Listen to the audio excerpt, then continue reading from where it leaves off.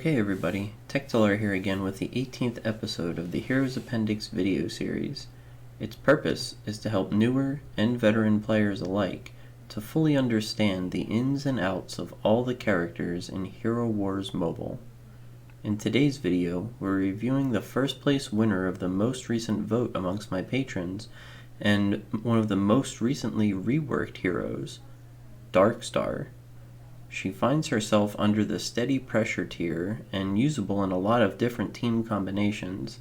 People, myself included, were skeptical at first when she was reworked, but it's safe to say she can be utilized in a variety of ways, many times in a much more effective manner than before. In today's video, we're going to be discussing her skills, how they visually appear, and their uses both practically and strategically, when to use Darkstar, when not to use her, her roles in the team, skin priority order, artifact priority order, and glyph stat priority order. First up is Darkstar's activatable skill, Vengeful Souls, which is commonly referred to as her ultimate because this is the ability she can use once her yellow energy gauge is filled during battle. Darkstar will grow in size and stomp on the ground, letting out a shriek at the enemy, and let out sound waves piercing their line and casting a shadow on them which disables the use of all of their skills, which would apply a buff to themselves or the team. This skill has a measly damage ratio at 20% physical attack plus 9,000, which doesn't scale that well, but since it's likely to hit all 5 of the enemies, it's basically a 100% attack ratio for total damage.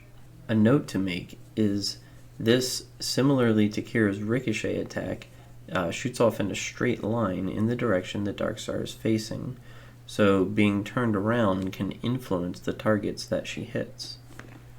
The skills disabled by this ability include Ziri's Focus of Hatred, Sebastian's Hunter's Tune, Elmir's Shifting Sands, Dante's Foresight, Ju's You Will Not Stop Me and I See You, Martha's Foremother's Oath, Astrid and Lucas's Rampant Nature, Jet's Elixir of Vigor, Nebula's Equilibrium, Corvus's Unity of the Damned, Kira's Enraged Soul, Morrigan's Bone Armor, Cornelius's Protective Dome, and lastly, Ishmael's Awakening.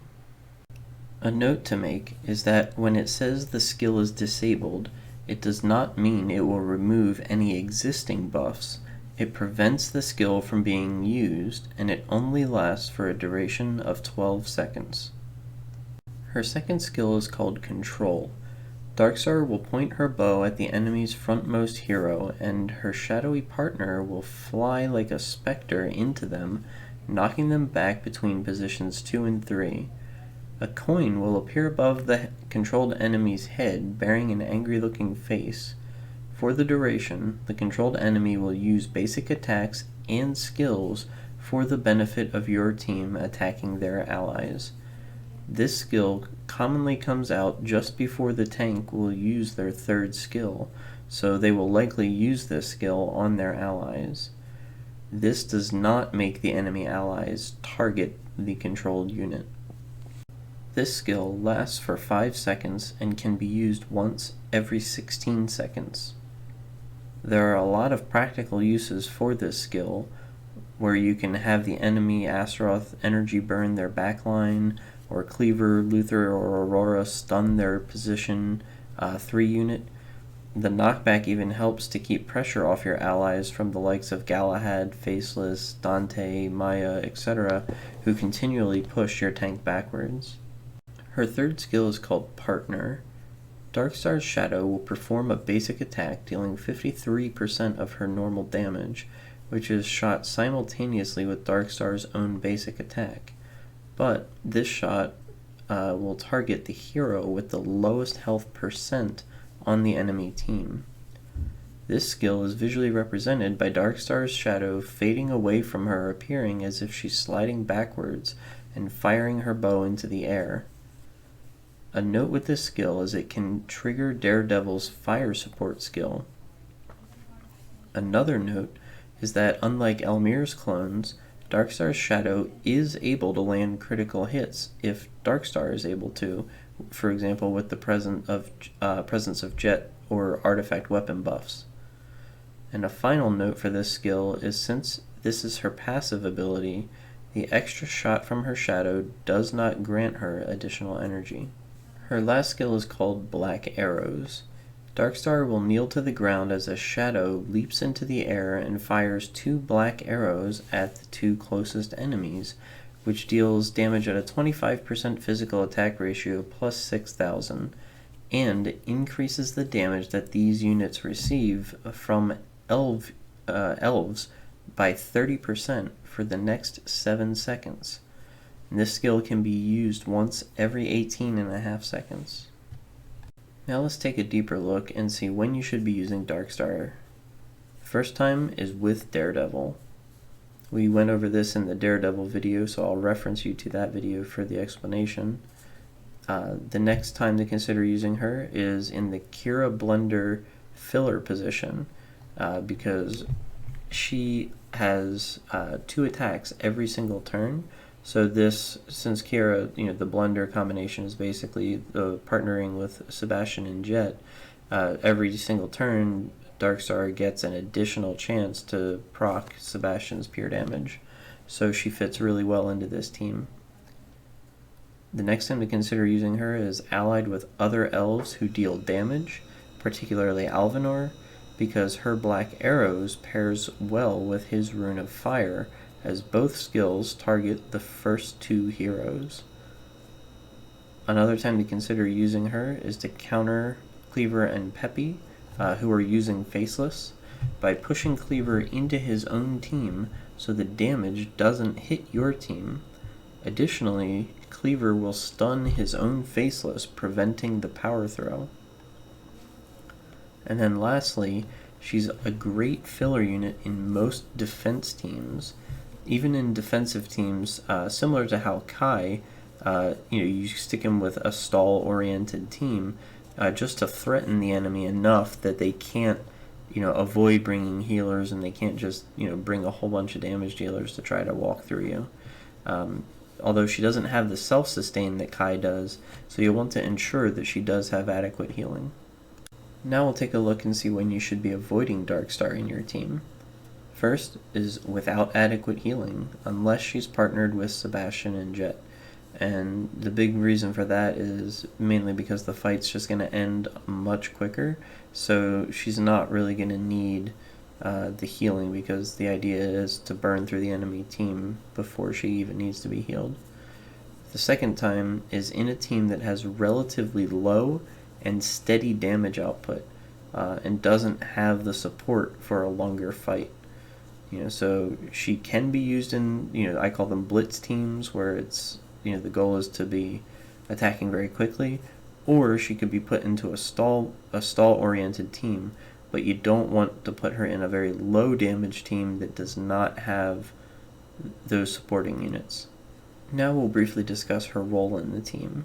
Darkstar's role is Marksman, which just means range damage dealer. Darkstar will also be your supplemental damage dealer, and her skills will be utilized as a tool or a support kit when considering your team construction, and every little detail about your team will not necessarily revolve around her, as again, she's going to be a filler unit.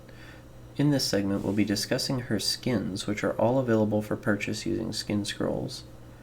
The top priority skin is her Lunar skin, which offers 10,650 armor penetration, which the largest boost to her damage potential, because it helps cut down the enemy's armor, particularly the tank. The second in priority is her default skin, which offers 1,365 armor and 4,095 physical attack.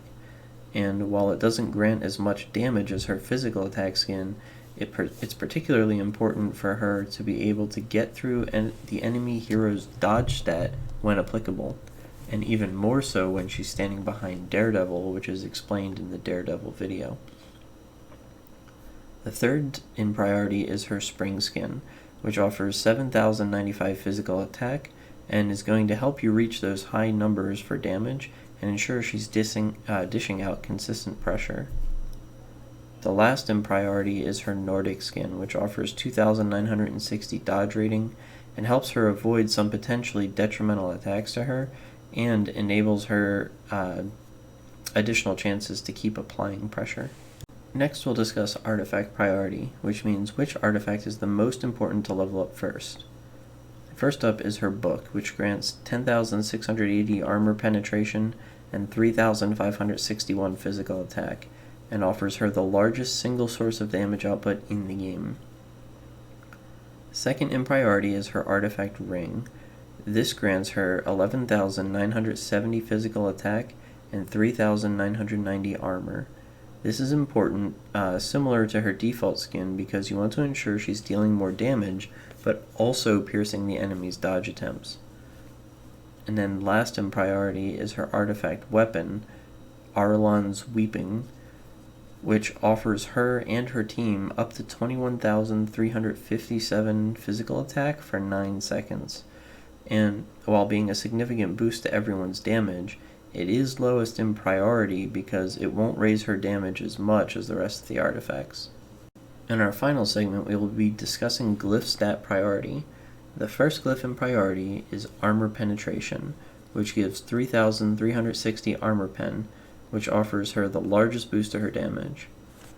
The second glyph to choose is agility, which adds 560 armor and 1,680 physical attack. This will contribute more to her dodge penetration and a fair amount of damage. The third glyph is physical attack, which grants 2,240 physical attack, and will help her damage reach the oppressive levels that she can obtain. The fourth glyph is health, which provides 30,800 health. This is relatively low priority because of her positioning in the team. She's relatively safe from damage, and if partnered with Dorian, she will not be easily chipped down. The last glyph to choose is her dodge, which provides 1,120 dodge rating, which is not necessary for her to be effective, but it is nice to have and can help create situations where she's the last one standing and single-handedly pulls out a win. Okay everybody, hopefully you found this video informative. If you do, please like, follow, and subscribe to my channel. Another thing to consider is recommending my content to your friends as well if you know they yearn for knowledge of the game. Since these videos are private, word of mouth is how they will get spread.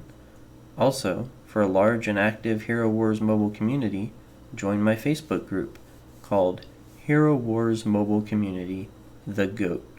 The link will be in the video's description. Thanks for watching.